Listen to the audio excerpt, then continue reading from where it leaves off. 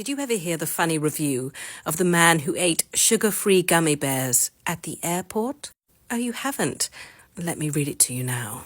I must warn you, it is quite long. That's what she said. So I will be doing this in several parts. I'm not given to bouts of outspokenness or craving attention, and certainly not one to rock the boat. On any given day, I could be found reading a crime novel on a park bench in the middle of the city, soaking in the opulence of nature, while nibbling on my tuna fish sandwiches and fending off the gulls and squirrels that threaten to spoil my repose. This is me, law-abiding and introspective, which is why it came as a shock to me to find myself incarcerated because of the devil's confectionery, Satan's sweetmeat, Lucifer's lozenges, the horror that is known as Haribo sugar-free gummy bears. I'll set the scene. It was late winter, early spring in Toronto, and the city had just been digging itself out from a late-season snowstorm. I was heading to Pearson International Airport for a red-eye flight to Amsterdam in order to give the Dutch arm of our company some training on the new software that had been installed. I'm deliberately being vague to prevent my place of work being linked in any way to the incident that occurred. I had just finished packing, checked the time, and found I was running late.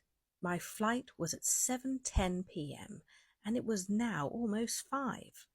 Cursing softly, I ran out to the car and threw my bags in the trunk, hitting the gas a little harder than usual in my haste to make it to the long-term parking lot as soon as possible.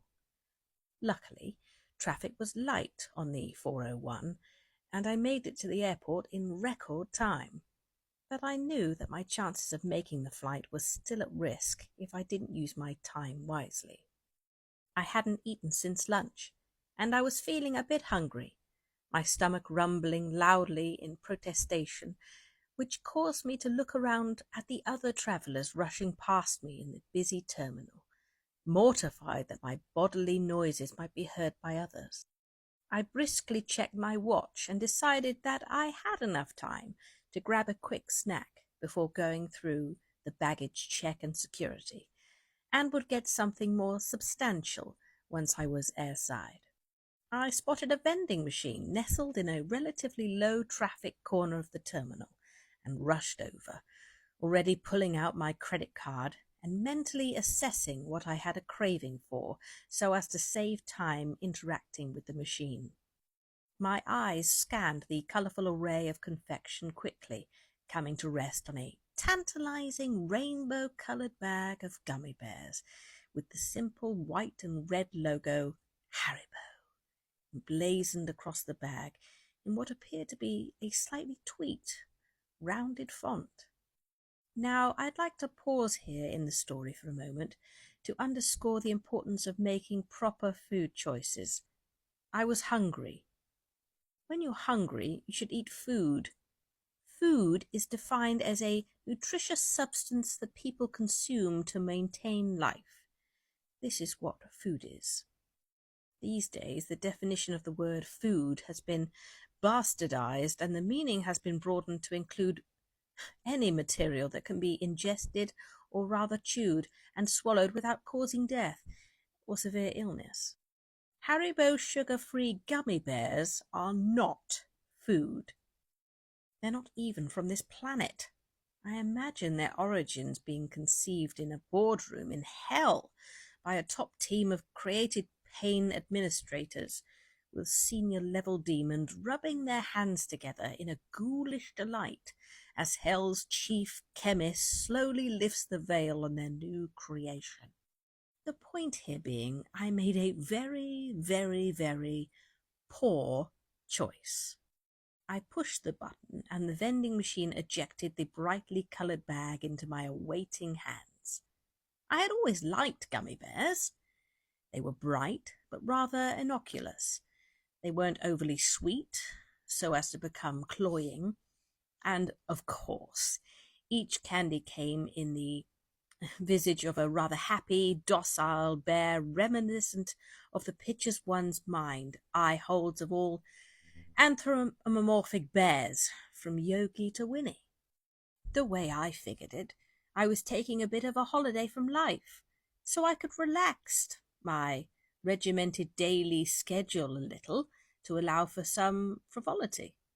After all, I was going to be in Amsterdam come morning with 16 hours to kill before I had to be in training the Dutch employees.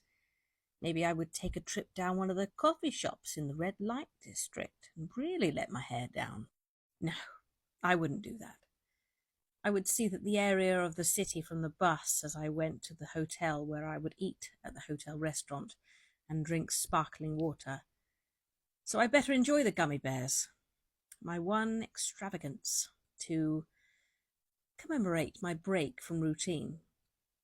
I joined the queue at the KLM line, which was mercifully short, most likely because all of the passengers for my flight had already been checked through, as it was scheduled to depart in 1 hour.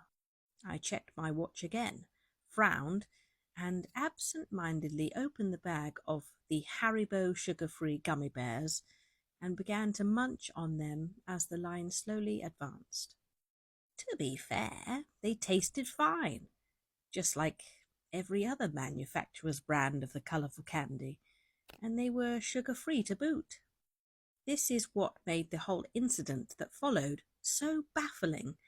If they had tasted off, or different, I most likely wouldn't have continued to shovel them into my mouth absent-mindedly while daydreaming about what I would order to eat from room service in my hotel in Amsterdam.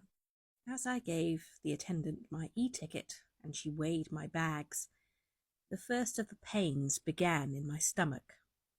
I thought nothing of it at first, chalking it up to the fact that I needed something more substantial than gummy worms to tackle my hunger. But over the course of the next 5 minutes, the shooting pains began to come in more rapid succession. At this point, I had my boarding pass printed, and rubbing my stomach a little, I proceeded to security.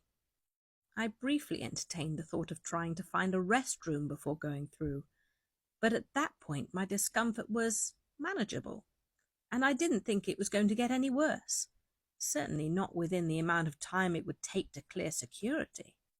As I joined the line and started fishing for my passport to present to the agent checking tickets, I felt a thin sheen of sweat break out on my forehead and underarms, and my features flushed for a moment as a wave of heat washed over me. I didn't pay it much heed, as going through security always causes me great anxiety, and I chalked it up to pre-flight jitters. It was only when I stood face to face with the agent and handed her my passport and ticket that I had a glimpse of the agony that was about to begin. It felt like time rippled for a moment, as if my consciousness buckled, so intense was the pain that fired through my bowels. I grimaced and emitted a low moan and felt myself take an involuntary step sideways. Stars shot through my head briefly, and my vision blurred and then snapped back into focus. The agent was staring at me with a slight consternation and asked me if I was all right. I pulled myself together, stood upright, and declared that I was fine, mortified that I had a lapse of decorum, not only in public, but at the security clearance of an airport.